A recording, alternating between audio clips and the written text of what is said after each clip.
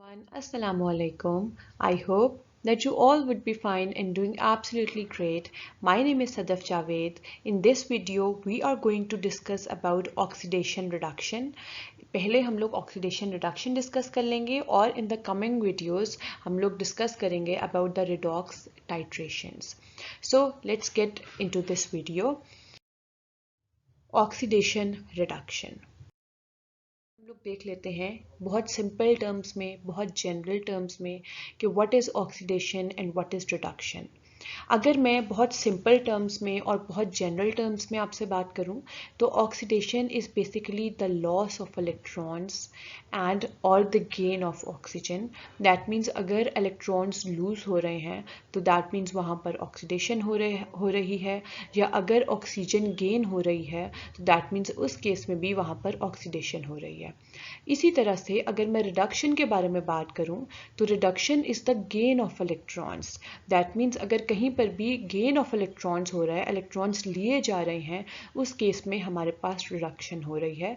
और loss of oxygen, that means अगर oxygen loose हो रही है तो उस केस में भी हमारे पास रिडक्शन हो रही है।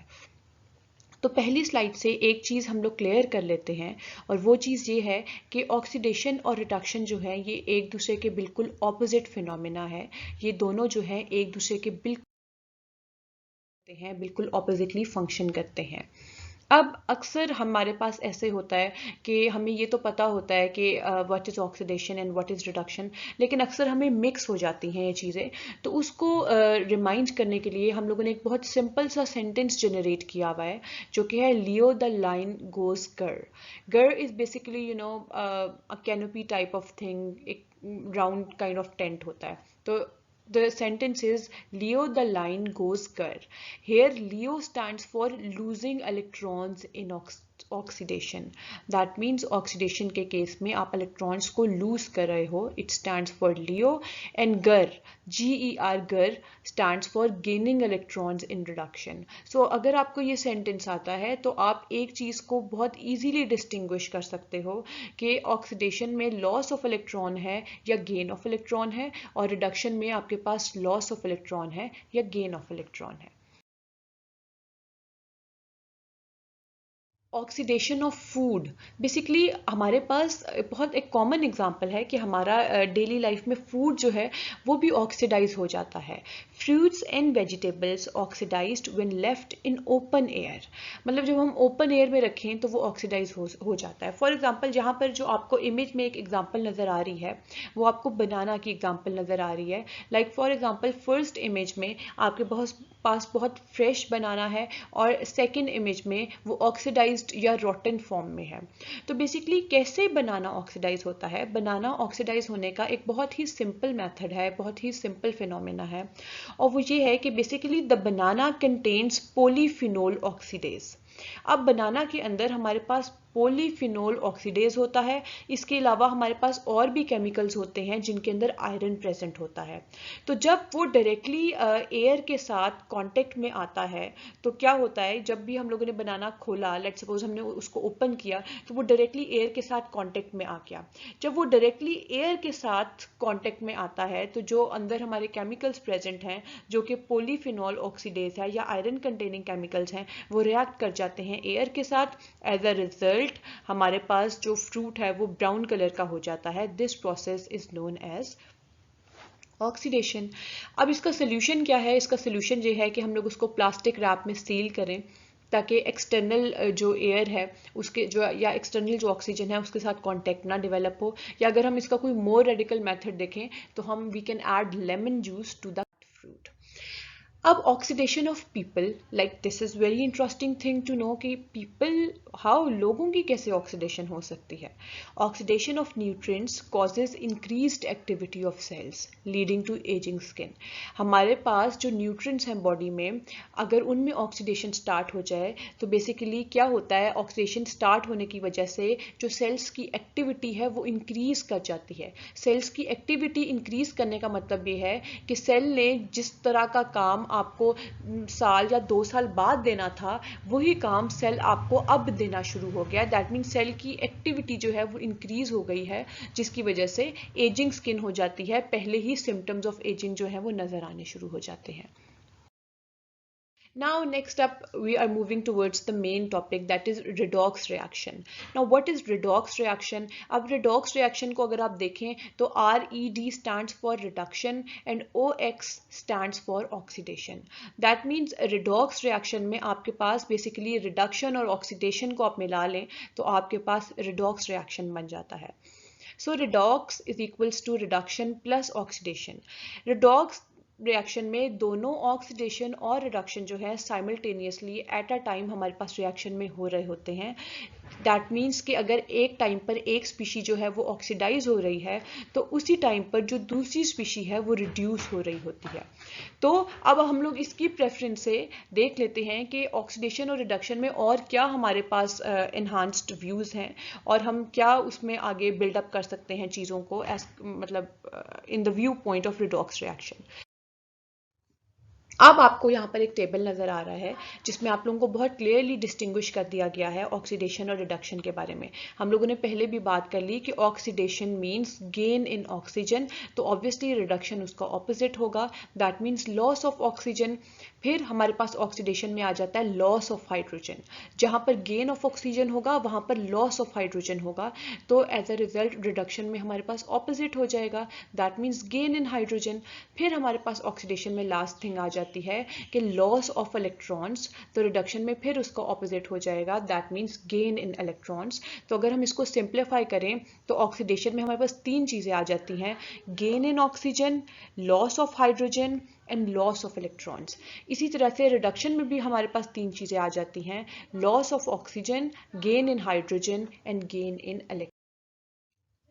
नाउ अगर हम इन टर्म्स ऑफ ऑक्सीजन के बात करें कि ऑक्सीडेशन रिडक्शन क्या होती है, तो पहले हम in the terms of oxygen के सिर्फ बात करते हैं कि ऑक्सीडेशन रिडक्शन क्या होती है. जिस तरह से हम लोगों ने पढ़ लिया कि इन टर्म्स ऑफ ऑक्सीजन, ऑक्सीडेशन जो है वो बेसिकली गेन ऑफ ऑक्सीजन होता है और रिडक्शन जो है वो बेसिकली लॉस ऑफ ऑक्सीजन होता है.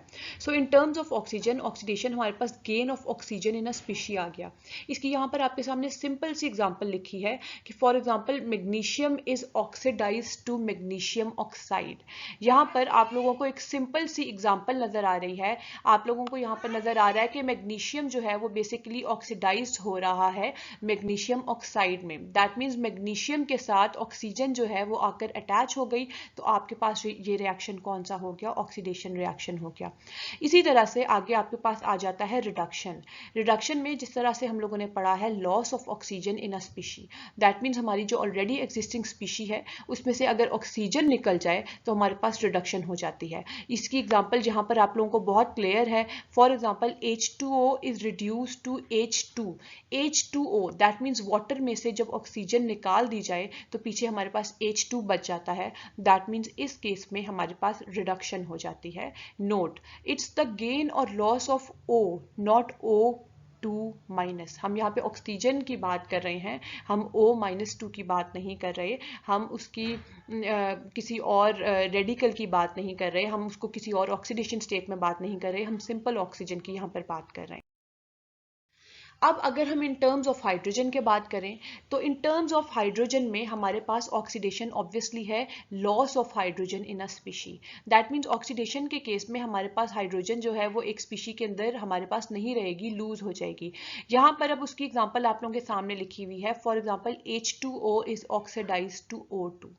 अब H2O है, आपको पता है कि ऑक्सीडेशन में आपके पास हाइड्रोजन नहीं होगी, वो रिमूव होगी, तो यहाँ पे आपके पास पीछे सिर्फ ऑक्सीजन रह जाएगी और हाइड्रोजन जो है वो एलिमिनेट हो जाएगी. इसी तरह से reduction is the gain of hydrogen in a species. आपके पास किसी भी स्पीशी में हाइड्रोजन का गेन हो जाता है, वो आपके पास रिडक्शन हो जाती है. जिस तरह से आप लोग अब ये देखें, आपके पास एग्जाम्पल है O2 is reduce to H2O2. O2 को हमने रिड्यूस किया तो हमारे पास क्या बना, H2O2.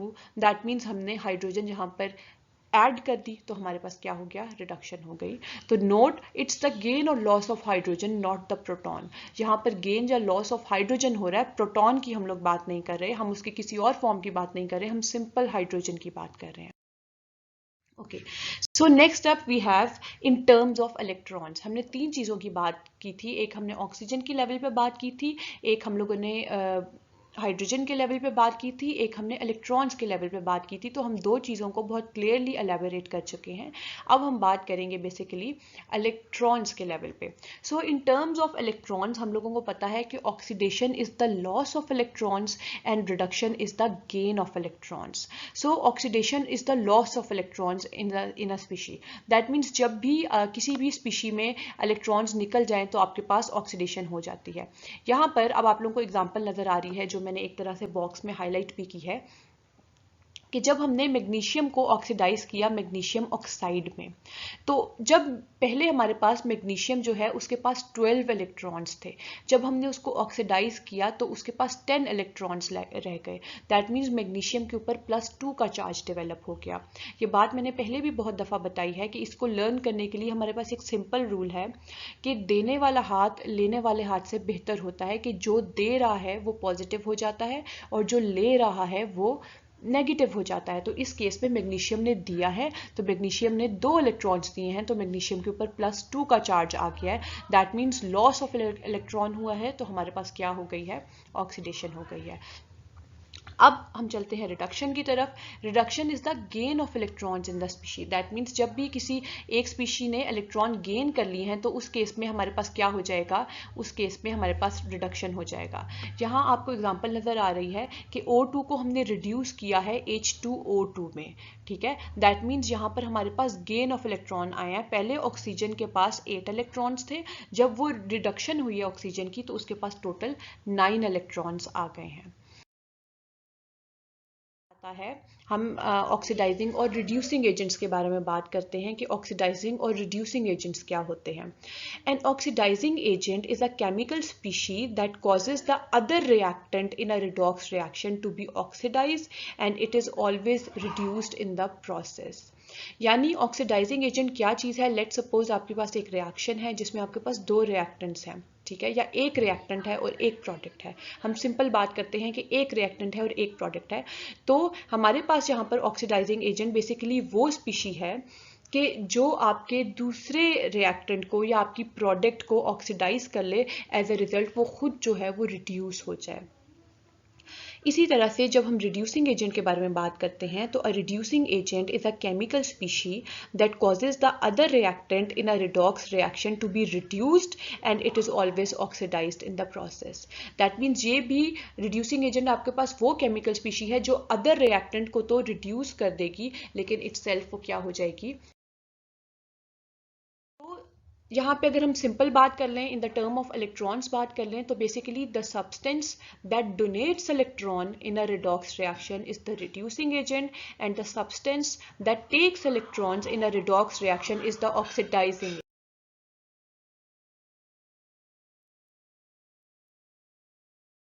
हम लोगों ने पढ़ ली। That means what is oxidation? Oxidation is the loss of electrons, as a result an increase in the oxidation number. हमारे पास plus oxidation states आ जाती हैं, that means increase in the oxidation state, the addition of oxygen and the loss of hydrogen. नीचे आपको reaction नजर आ रहा है। इसी तरह से हम लोगों के पास ये रिएक्शन हम लोग पहले भी देख चुके हैं, जो आप लोगों को यहाँ पर नजर आ रहा है मैग्नीशियम ऑक्साइड का, ठीक है। तो यहाँ पर हमारे पास रिडक्शन हो गई है, सॉरी ऑक्सीडेशन हो गई है। अब हम बात करते हैं रिडक्शन के बारे में। तो reduction is the gain of electrons, a decrease in oxidation state. Negative oxidation state आपके पास आ जाती है क्योंकि आप लोग इलेक्ट्रॉन्स को वहां पर गेन कर रहे होते हो। The loss of oxygen and the addition of hydrogen. इसकी एग्जाम्पल भी यहाँ पर आप लोगों को क्लियरली नजर आ रही है, ठीक है जी। Development of oxidation reduction concept. अब हमने इसका बेसिकली कॉन्सेप्ट डेवलप किया डिफरेंट फैक्टर्स के बेस पे। सबसे पहली हम लोगों ने डेवलप किया reaction of oxidation reduction based on releasing and gaining of electron. That means electron lose करने और गेन करने की बेस पे हम लोगों ने ये रिएक्शन डेवलप किया। सबसे पहले oxidation reaction.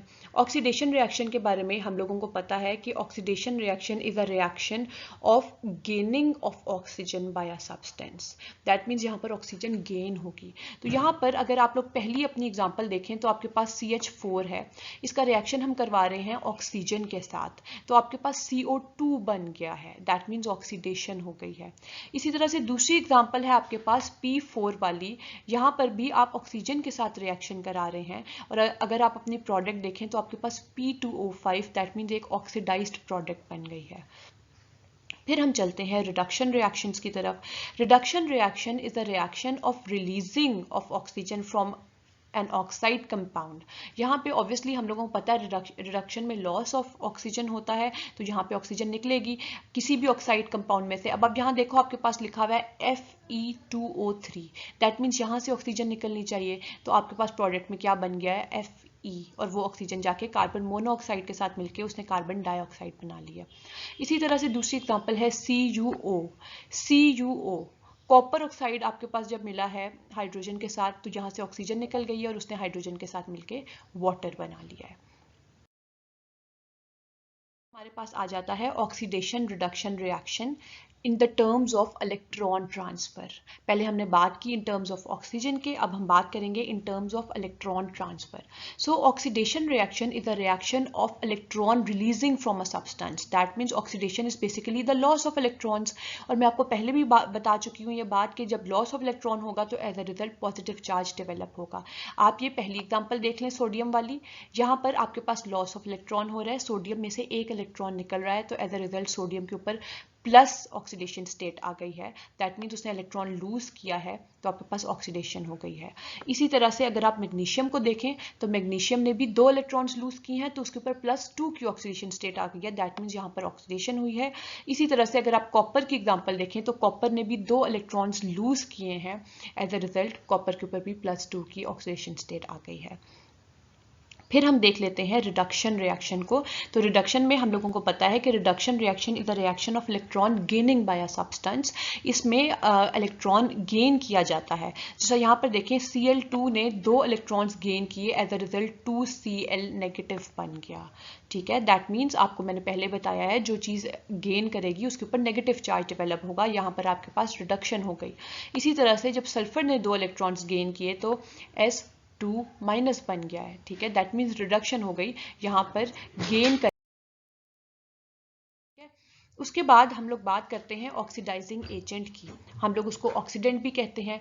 Basically the reactants that involve in a redox reaction can be differentiated into 2 kinds, that is oxidising agent and the reducing agent. ये हम बात कर चुके हैं, अब बस हम इसको समराइज कर रहे हैं, हम बेसिकली अपने एंड की तरफ मूव कर रहे हैं। मैं अगर समराइज करूंगी तो मैं ये कहूंगी कि oxidising agent is a reactant that oxidises other reactant, जो दूसरे रिएक्टेंट को तो ऑक्सीडाइज कर लेता है लेकिन इटसेल्फ वो रिड्यूस हो जाता है। तो दूसरी चीज अ reactant that can gain electron, third thing a reactant that in a reaction undergoes reduction, and fourth and the last thing is a reactant that in a reaction undergoes decreasing in oxidation numbers. ठीक है जी, हमें पता है कि हमारे पास यहाँ पर ये सारे सिनेरियोज जो हैं पूरे हो जाते हैं।